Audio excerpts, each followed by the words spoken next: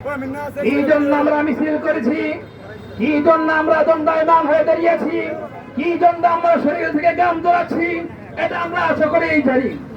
প্রিয় উপস্থিতি, রাসূলুল্লাহ সাল্লাল্লাহু আলাইহি ওয়াসাল্লাম ইরশাদ করেছেন, আল মুসলিমুনা কারাজুলিন ওয়াহিদ ইন ইশতাকা আইনুহু ইশতাকা কুল্লুহু ওয়া ইন ইশতাকা রাসুহু ইশতাকা কুল্লুহু। রাসূল আরবি সাল্লাল্লাহু আলাইহি ওয়াসাল্লাম দীপ্ত কণ্ঠে ঘোষণা করেন, আল মুসলিমুনা কারাজুলিন ওয়াহিদ, এক একটা মুসলমান এক একটা অঙ্গের মতো।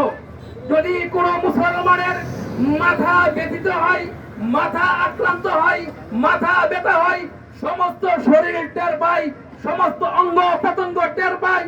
যদি কোন মানুষের চোখ ব্যথিত হয়, যেমনি ভাবে সমস্ত অঙ্গ প্রত্যঙ্গ টের পায়। রাসূলুল্লাহ সাল্লাল্লাহু আলাইহি ওয়াসাল্লাম এটাই বলেন, যদি বাংলাদেশ হোক, গোটা বিশ্বের যে কোনো প্রান্তে কোন মুসলমান আক্রান্ত হবে, কোন মুসলমানকে কষ্ট দেওয়া হবে, কোন মুসলমানকে দুঃখ দেওয়া হবে, গোটা বিশ্বের সমস্ত মুসলমানের ব্যথিত হওয়া উচিত।